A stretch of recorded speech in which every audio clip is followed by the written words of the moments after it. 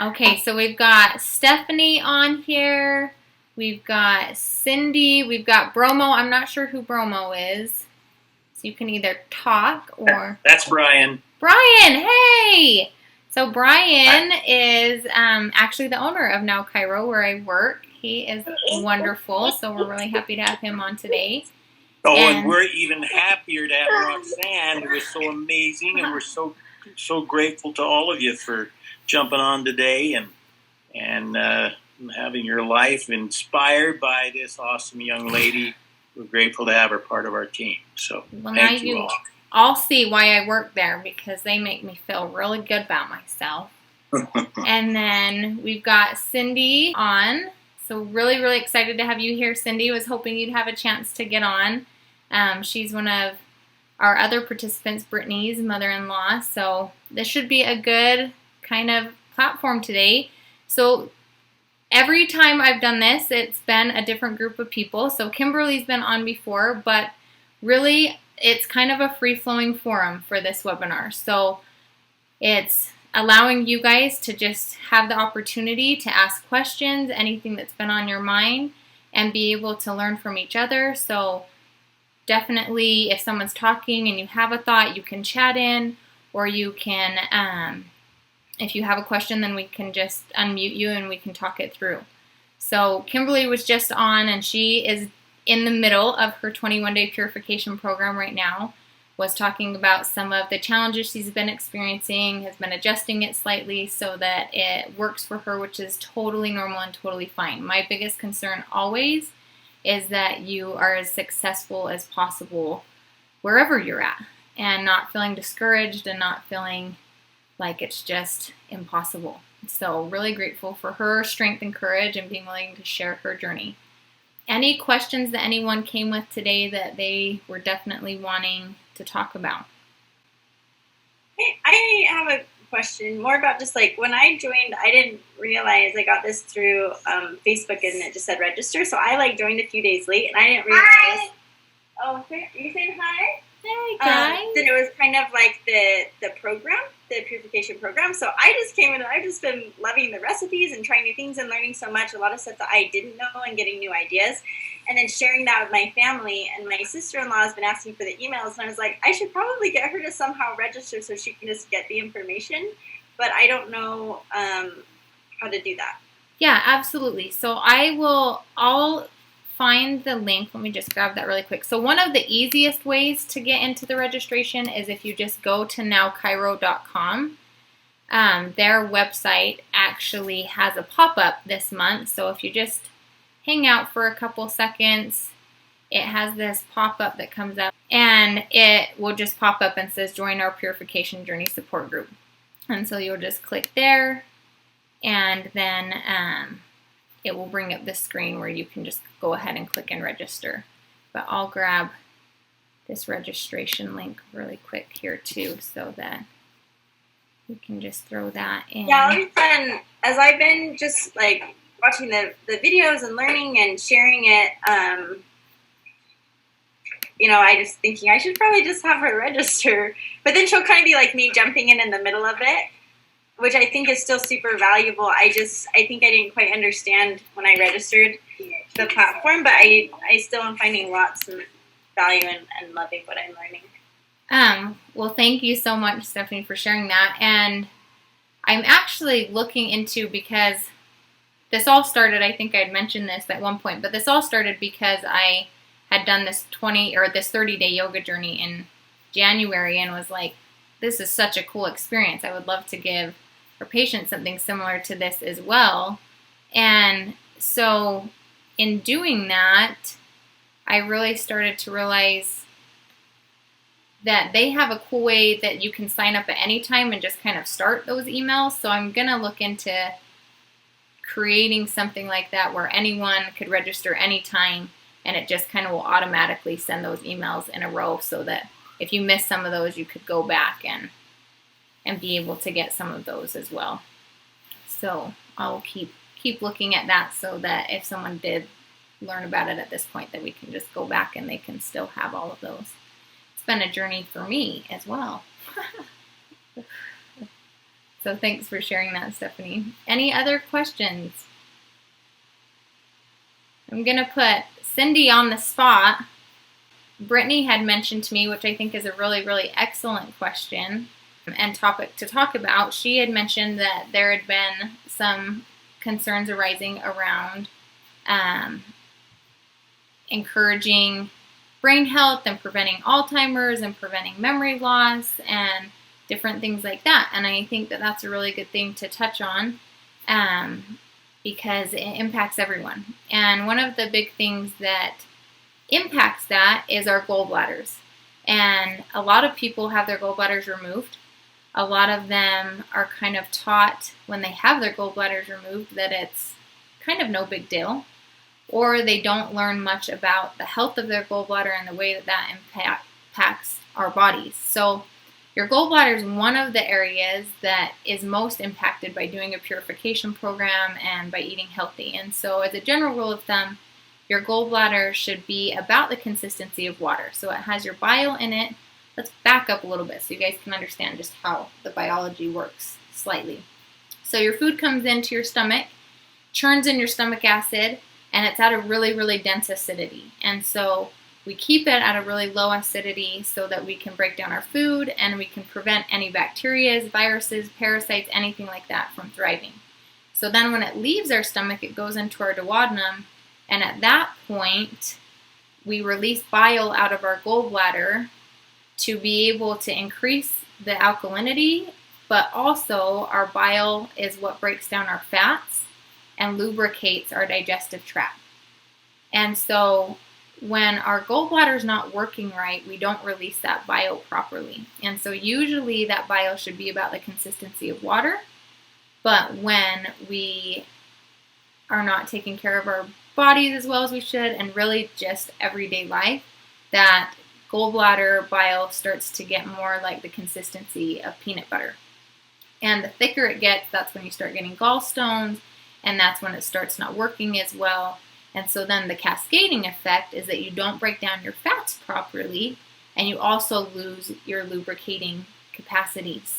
And your digestion essentially doesn't work as well as it should because the pH is off, and it's not lubricating properly, and you're not breaking down all of your fats. Now, where this becomes really, really important is that your brain is about 70% fat.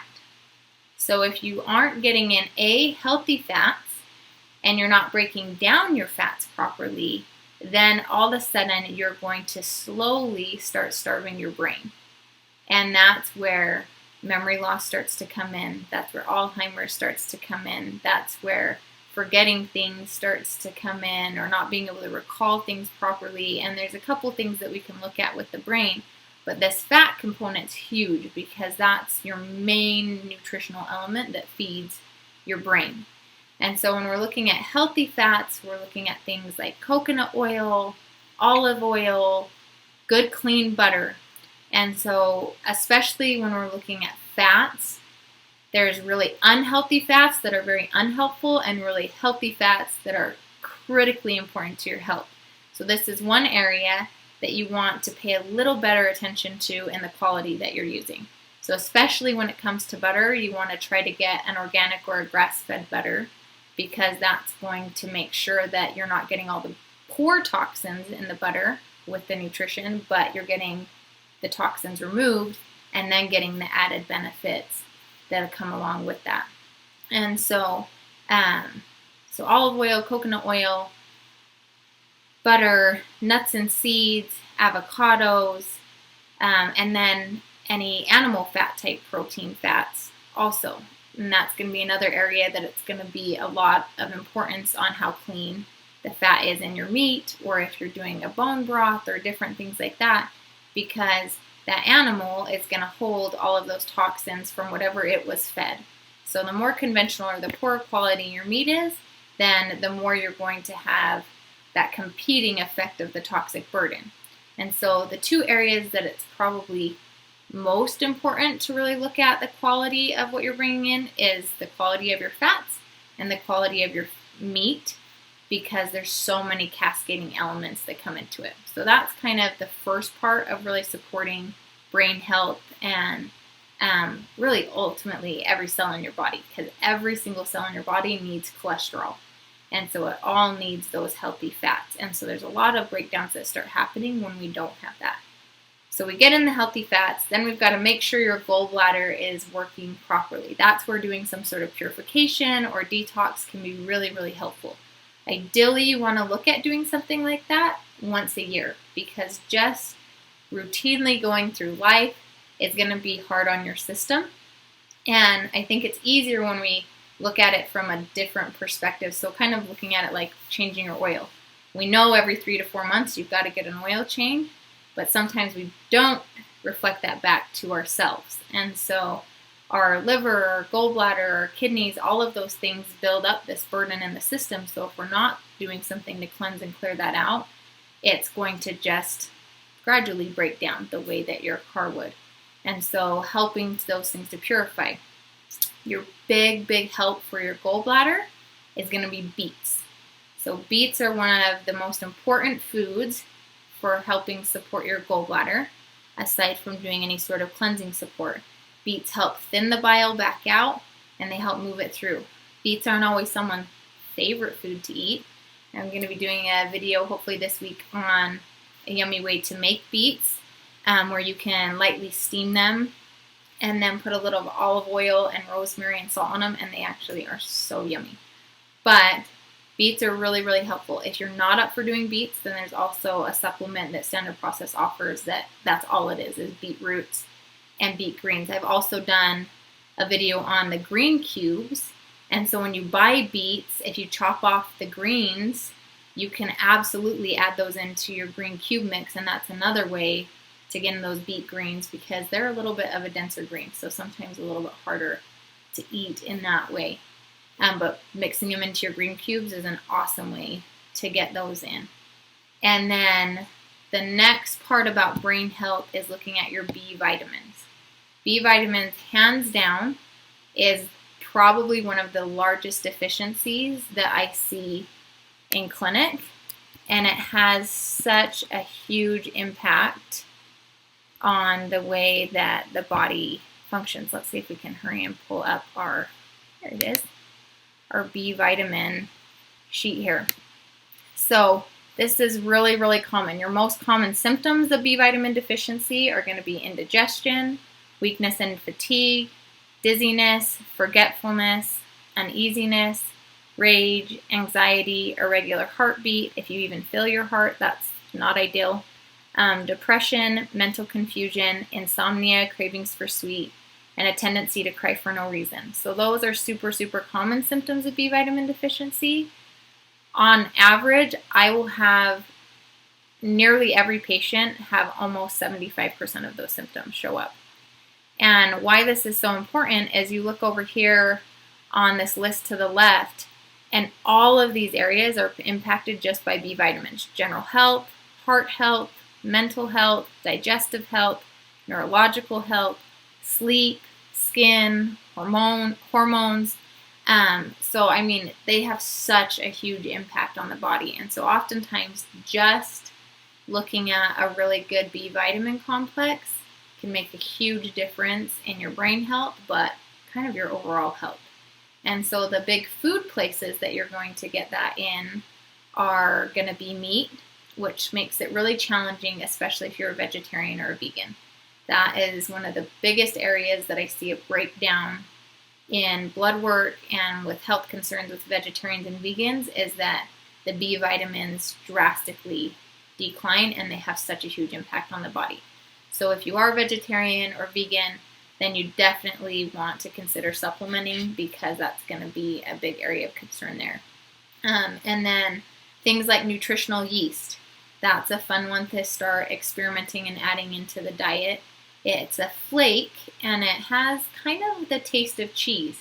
And so anywhere that you would normally use cheese, you could add a little bit of that in, and it's really, really high in B vitamins. And so I actually this week made a Paleo Lasagna, so it didn't have any cheese, and was anxious to see how it turned out. And the cheese sauce that it made was out of cashews and that nutritional yeast, and it was really yummy. So hopefully we'll make a video on that because it turned out really, really well.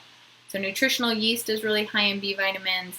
Meat's really high in B vitamins. Organ meats are incredibly high in B vitamins. So those are going to be some of the areas there. When we're looking at a B complex, you really want to pay attention and make sure that it's whole food based, which is going to be a huge differentiating factor when we're looking at B vitamins. And so those are really the main areas that there's a couple other things that we can do if someone's really starting to experience actual symptoms of brain breakdown or deterioration or memory loss or things like that. But as a whole, those healthy fats as well as your B vitamins are going to be some of your biggest components to supporting brain health. So I thought we would touch on that a little bit today. Any questions anyone has on any of that or anything else altogether? I have one more question. So for protein powders, we use one called Kachava, but then when I was watching the smoothie video, you were showing a couple other options and saying it was good to like mix it up. So the collagen is one, and there's another one at Costco. Is it okay to stick with one, or should we be mixing it? So yes and yes. So a lot of times this is going to come down to kind of your financial capability. So I never want people to feel pressured when I'm giving out different options like that. Like they have to do that to be healthy, because that's not the case. If you have a real balanced protein, the big things that you're looking for is that it has a full amino acid profile, that it's as undenatured and raw as possible. So that's going to be more important, like looking at a whey protein. You definitely want to try and stay away from whey isolate proteins because those are not very helpful for the system. And so looking more at like an undenatured or a grass-fed protein. But that being said, it is really, really helpful in all aspects of the diet if you can do some rotating and incorporate different aspects into the diet. So when I'm doing it at our house, and it's a gradual thing, like it's a lot to upfront buy 4 different proteins. But if every couple weeks you buy one until you start to have kind of this rotating amount, then you can start to rotate them in, and it can be really helpful in that way. But I do not expect anyone to just like go out and buy all of these different proteins. But in my experience, what I like to do in our family and at our home is that I have an undenatured whey protein. Standard Process has one, but I actually found this naked protein powder that is a better price, and they're doing a really, really great job. And so even though I love Standard Process, I would probably recommend you here for a whey protein, because for 5 pounds, which is a big container of protein, you're getting it for $89, and you can find it on Amazon for I think 10% off of that, and on your first order you can get 10% off. So that's a really, really, really great price. And so what's awesome about this, and kind of gives you an idea of what to look for, let's see if we can zoom in here, is that it has a full amino acid profile, but see, so when you get on here, it'll bring up like this little coupon where you can get it for even cheaper on that first time. Let's see if we go down here. So when it's undenatured, you're going to have all of its nutrients stay intact. And whey is actually super powerful and beneficial for healing gut and digestive things. And so most people will experience some sort of a lot of people will experience some sort of intolerance to a whey isolate, but when they try an undenatured whey protein, they don't have any of those issues. And so it's pretty rare that someone will react to an undenatured whey protein unless they have a true whey allergy. And so you're going to have a full amino acid profile, and like anything, the more you can have that showing up in nature versus being artificially put in, the better your body's going to adjust to it and utilize it and break that down. So what's really cool about this protein is that it is grass-fed, it's undenatured, and when you look at the ingredients, it literally is just that one ingredient. And they have a couple different flavors, and that's what I've just really loved about them is they've got chocolate, vanilla, and strawberry.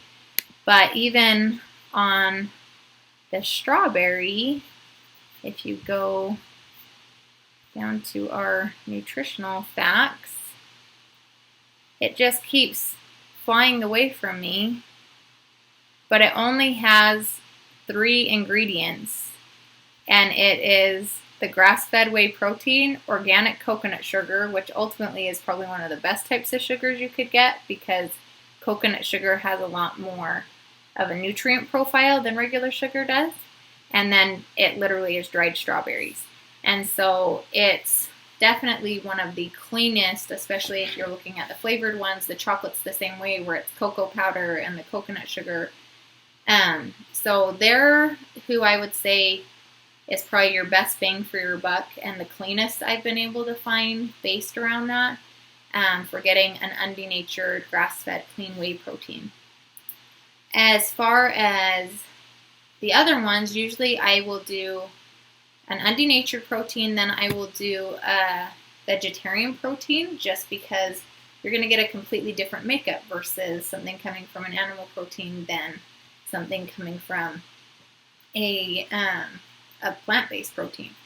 And so there's lots of different ones you could go with. I'm sure the one that you're using is great. I go with the organic protein from Costco just because it's a stellar deal and it's a pretty dang clean product. At Costco, that one, let me see if I can pull it up just so you guys can see. That one goes on sale all the time where they'll have it's this one, and the one that they have at Costco is the superfood one. So then you're getting the protein, but you're also getting a whole bunch of other superfoods in there, which is just, great. More benefits there. But it will usually go on rebate every other month at Costco, and you can get it for $8 off, and you just cannot beat that price. So that's the one that I usually go with because it is quite clean. They're using a monk fruit as the sweetener, which is pretty solid. And then a collagen protein is just going to hit one other area. And so those are the 3 that I usually rotate around our house, just because for me, our smoothies are kind of like that one opportunity I have to get anything that I can think of into everyone's system for the day. So for a long time, I felt like as long as I got my smoothie in everyone, then we're all good. And so that has kind of became a monster a little bit at our house because I will put in various things. It doesn't have to be that extensive, but for me, it's man, if we can get a couple servings of greens in, we can get a few different proteins in, we can get all of these different superfoods in, then that's a really, really great way of starting the day and just making sure that everyone is getting what they need. And honestly, from a mom's perspective, it started to, and it's probably more mental than anything, but it decreased a lot of stress and pressure of me debating with my children about eating things, because I'm I know I got those things into them with their smoothie, so if they don't want to eat their broccoli tonight, then carry on. Where before I was doing that, it was stressing me out when my kids wouldn't eat all their vegetables, because I was we got to make sure they're healthy and doing well. And so for me, the smoothie has just taken a lot of pressure off of myself as well as my kids to know if we've got all of these amazing things in this one place and it's something that they'll drink easily and they enjoy, then we've won for that day. Any other questions around that or anything else? There's a question in the chat. Cindy said, what are some of the ways you use protein powder? Hey, thanks for keeping an eye on the chat for us. Mine sneaks up here. Other ways you use protein powder. Great question. So I will, if I make like a bar or a cookie or something like that, I will oftentimes add it in there. One of the very common ways I usually add the protein powder is I make my superfood breakfast cereal with oats and chia seeds and hemp seeds, and I think that's it. And so almost every time I make that, after it's done cooking, I will add in a couple scoops of protein powder. And I've noticed that makes a big difference, especially with one of my children. And that's something that is important to recognize individually with different body types, is different body types require different things. And that's where it's really hard to just say one diet's going to be beneficial for everyone, because it's just not true. You can have someone that feels like they do really well on a vegetarian style diet, and another blood type, really is what it comes down to, that has to have meat to feel like they can function properly. And so a lot of that's really tuning in to your body type and what things you need, and recognizing that's normal and okay.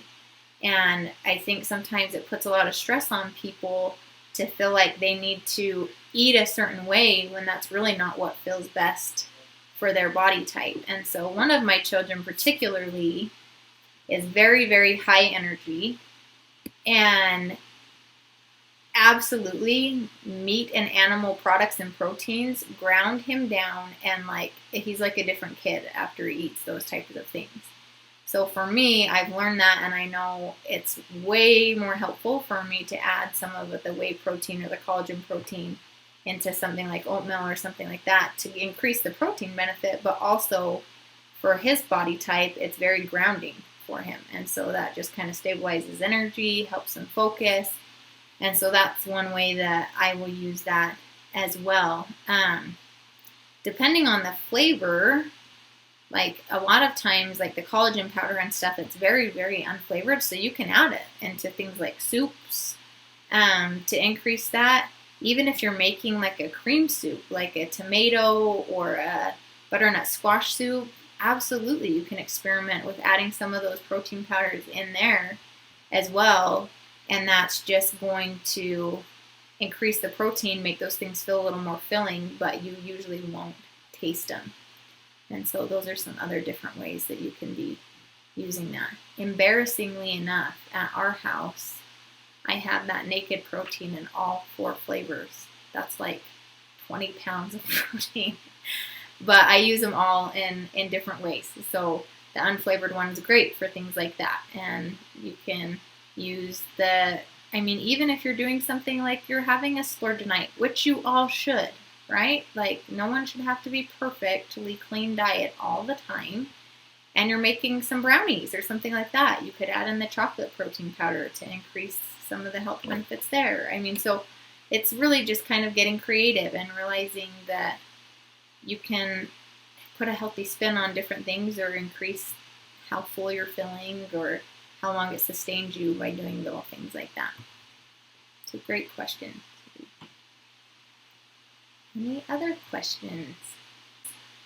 Well, actually, I have a question real quick before. Yeah, go ahead. I guess my biggest struggle is trying to find things that my kids will eat. I have been so grateful for the smoothies because my kids, well, I have 2 that kind of fight me on it, but the other ones take it really happily, and I'm really glad for that. And they do take some smoothie, but I just struggle at trying to find things that they'll eat. My kids all of a sudden have become like super picky and fussy about vegetables, and maybe because I've been pushing it a little bit more the last couple of weeks, but they just won't eat anything that I'm making.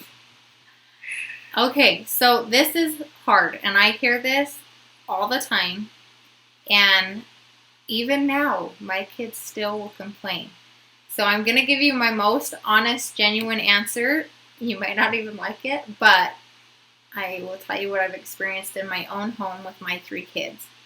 First of all, it's having patience with yourself and having patience with your kids. This is a process, and there is so much hope. Like, it makes my heart sing so much now when I cook beets and every one of my kids asks for seconds. Like, I don't know most adults that do that, let alone kids. So makes me thrilled because when you keep at it, they do change and they do shift and adjust. So that being said, one of the things that was really, really helpful for me also to understand is that it takes anywhere from 5 to 7 times to develop a taste bud for something. And so for me, that was incredibly powerful when I realized that, because I almost could mentally set myself up that maybe the first 2, 3, 4, even up to 5 times that I made them try something, that they maybe wouldn't like it, but then they would start to adjust to it and they would start to develop a taste for it and they would start to like it. And it's true. I can absolutely vouch for this being true.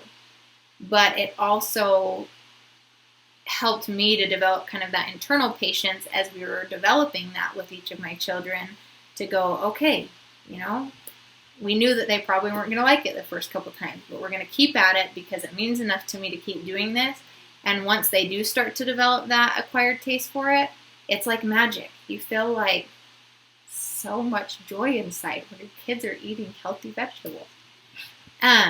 The other aspect of that is also realizing that with kids, you have a stronger bitters taste bud than you do as an adult. So this is a lot of the reason why as an adult people will say, I hated this as a kid and now I love it.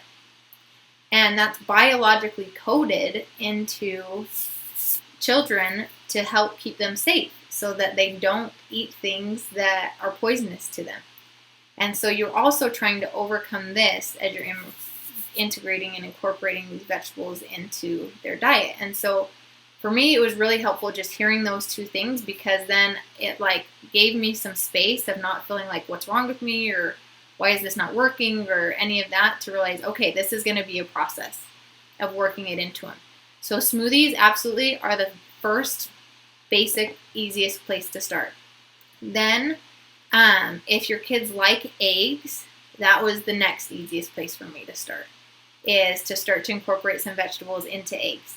Especially burritos are like really, really great because they taste good, but they can't see them. And so they bite into the burrito, they like it, it tastes good, and it's a lot harder for them to pick it apart and pick everything out of it. So that was another thing I started to incorporate a lot in our family, is I would make breakfast burritos with sausage and eggs and beans, and then I would start to add some more of those vegetables in, and they'd get more familiar with them. And then it's starting to find different ways that they'll eat them. Green beans, I know for sure, have been a pretty easy go-to. Broccoli a lot of times is okay. The sweet potatoes, the butternut squash, and at first, which one of our participants actually wrote in and said, I had done the butternut squash video, but I said you could also do kind of a sweeter version with the maple syrup and the cinnamon.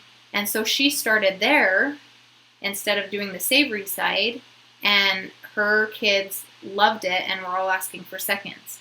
And so sometimes when you're starting into it, you do have to meet them where they're at and where you're at. And so maybe if it's, you know, covering it up a little bit at first with a little maple syrup and some cinnamon and putting it as a sweeter taste or a sweeter flair, that's okay, because that's a way to just start exploring new foods. The last part of this, which is hard, I know, but it's critical, is you've got to be the parent with it. And a lot of times I hear parents say that my kids are so picky, and I have picky kids too, I get it. But for me, it's been easier because I know so much about the impacts of not eating healthy and the impacts of eating healthy. But what I often would feel would help me internally is like, what if I had the same, what's the word? Like dedication to them not running out in the street as I did to them eating their healthy food. Because they both really have a similar impact.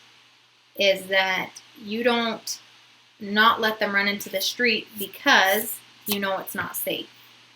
And it's harder with food because it's a lot longer of a destructive span. You don't always see the destruction so quickly, but it's starting to develop that conviction inside that this isn't really negotiable. And that's where it becomes really challenging for a lot of parents, is they let dinner time or eating vegetables or food become a negotiation, where in our home, it's not negotiable. You cannot eat it, but you're not getting any other snacks. And do my kids push back against that? Absolutely. But I've stayed really consistent that you don't have to eat dinner. But if you don't eat dinner, you're not getting anything else before bed. Or you don't have to eat what I made for lunch. But if you don't eat lunch, you're not getting anything else until dinner. And so they've quickly realized, and it doesn't take very long, it takes about 3 or 4 days of being really consistent, that they're not going to starve. I can promise you that they'll start trying it, and they'll start giving it a thing. And again, it's meeting your kids where they're at. So do I make my kids eat all of it the first time if I know they're like gagging on it and it's disgusting for them? I don't. Our rule at our house is that you have to try 2 bites. And that's part of us just acquiring those tastes and starting to develop that. And so if they try 2 bites, then we're good. That doesn't count against them for not finishing their dinner. But those are some things that I've seen a huge difference with my own kids. But really, I would say the biggest thing that I've noticed with my own family is, and it's hard as the mom, is that consistency. Is being consistent and not being too negotiable with it. Is that if they know, if they push back, that they're going to end up getting the food that they want, then they're going to push back every single time. It's just, really, I think it's human nature. I think all of us do that. If we know that we can take the easier route if we push a little bit, then we'll do that. But if you stay firm, it does shift. And now it's amazing to see all the things that my kids will eat. They'll come up to me and ask for supplements and just eat them straight. Like, they're like weird, an anomaly. But it's really just because they've developed those taste buds, and we kept trying and not giving up. So just don't give up, Kimberly. Does that help, or is that not helpful? Yeah, thank you. That's good. Any other? Oh, we do have something in the chat. Let's see. I've got to go, but I wanted to just say thank you. Stephanie, thanks so much for coming on. Have a beautiful Saturday. Thanks, you too. Bye, guys. Okay, so Cindy said, if possible, please give a quick definition of clean eating. So in its simplest form, if we could say how to start gearing towards clean eating, it would be to increase your vegetables. It would be to decrease your sugars and try to decrease your processed foods. Pretty much as a general rule of thumb, if you're making your food from true foods, you're going to be on a good track. The things that get us in the most trouble are the things that are packaged and already made, because they just are riddled with chemicals, and they're not. The thing that makes food what makes such a big difference in food and diet and lifestyle is that it's alive, and it has this energy to it, and it's amazing the difference you feel when you take in food that's pure, clean food. And so ultimately, when you're eating processed or packaged things, at that point, it really is kind of dead, if you can think of it that way. And so the more live food you can take in, the more benefits you're going to see, absolutely. The more we can increase our vegetables are powerful. They are powerful powerhouses of nutrients, and it doesn't take long. It's kind of like going to the gym, for sure. Those first few days just feel brutal, and it's hard, and you don't want to be there, and it's really not a good time. And then after you do it more, it kind of levels out, and then you get to a point where you just crave it and love it and just really enjoy exercising. And your diet is so much like that. Making lifestyle changes is a process. That's why I don't even like the idea of diet, because it's a lifestyle change. And it requires a mental shift in your attitude. It requires a different perspective and how you're living life, how you're raising your kids. I mean, I was thinking that as writing an email yesterday for today's email, because today's email was on making your own lotion, that everything starts to shift as you start to make those lifestyle changes.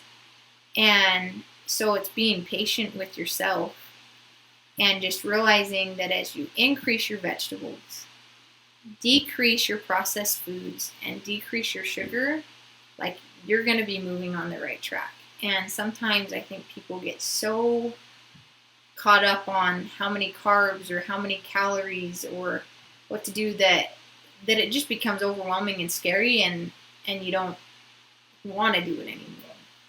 And I've resisted making these cooking videos for about a good 5 years because I don't really love being in front of people in that way. But I really love doing it, and it's been really exciting to hear the feedback people have given about it being really helpful for them. And so looking at those videos, a lot of the challenge a lot of times is just not feeling like you know what to do with the vegetables. You don't know how to cook them or how to eat them. And if you can take more of that exploration type of an attitude to it, it does make it kind of a fun adventure instead of something that you're resisting. And I think it's way easier to begin adding those things in and starting to find things you enjoy and things you like, rather than having such a big list of everything that you can't have or can't enjoy.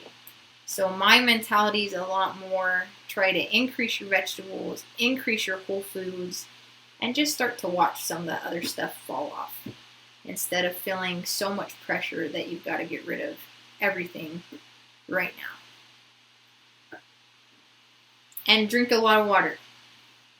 A lot of times, a little trick, look at Brian's got his water. I carry mine around all day and then I forget to drink it. But a lot of times a trick is that if you are craving something and you drink a glass of water, it actually will help rid that craving. And so sometimes just drinking water can help give you the willpower to move from some of those things. And one of the other things I'd like to add to that, Cindy, that I just thought of, and I want you guys to know, it's important for me to remind everyone that I talk with that I got really sick. That was how I got on this journey. So when I started, all I ate was meatball Hot Pockets, Totino's Pizza, Top Ramen, dollar menus, pastaroni. Like, those were like my staples. And cereal. I loved cereal.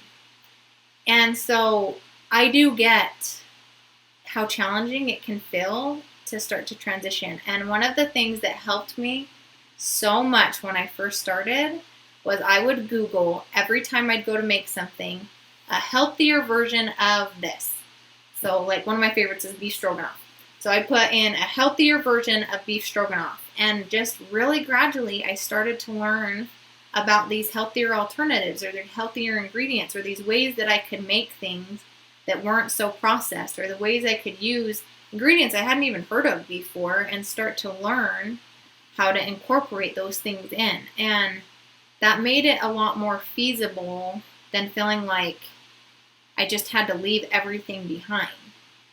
And so that was really, really helpful for me when I started out, was just whatever I would make, I would get online and Google a healthier version of this, and then it made that transition a lot smoother. And a lot of times I would be like, wow, that actually tastes pretty good, or I like that even better. And then it's encouraging and you're excited, and it can be fun. It can feel fun to be like, hey, I figured out, I mean, just like this week, it's a weird high that I get off of figuring out how to make lasagna without any noodles or dairy, and it tasted awesome, and all my kids asked for seconds, and it's like, how cool is that?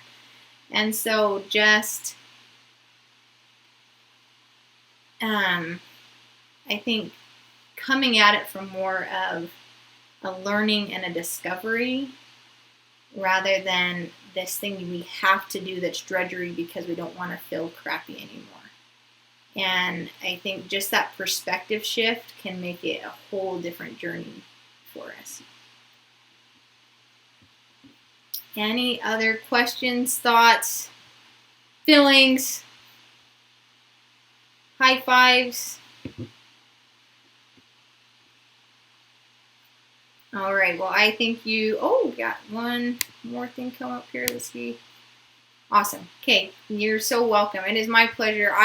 This is my favorite part of doing this, is just being here with people and helping you feel empowered to make these changes. I just think you're awesome, and it is brave to do this, and it does take a lot of discipline to make these type of changes. So thank you so much for being here, and it's been so fun having people go on this journey with us. Thanks, Roxanne. You're awesome. I just want to put a plug in for zoodles. Yeah. I've learned to love them. And instead of noodles, Bernice my wife, will use zucchini.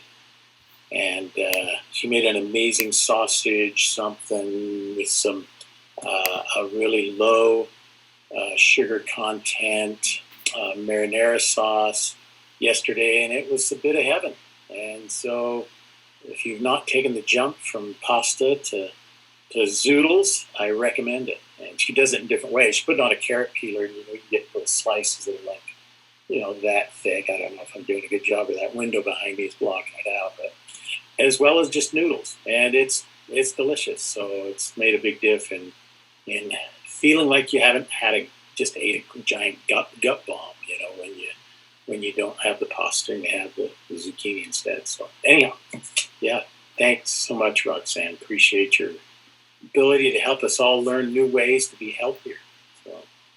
No, thanks, Brian, and that's an excellent plug-in. I mean, and it's those little shifts, those little changes, and that's the best part about it, is that as you make those little changes, that you feel way better after eating it, and it's like it starts becoming self-motivating and self-perpetuating, because like, man, that didn't taste too bad, and I feel way better after. So thank you so much for sharing that.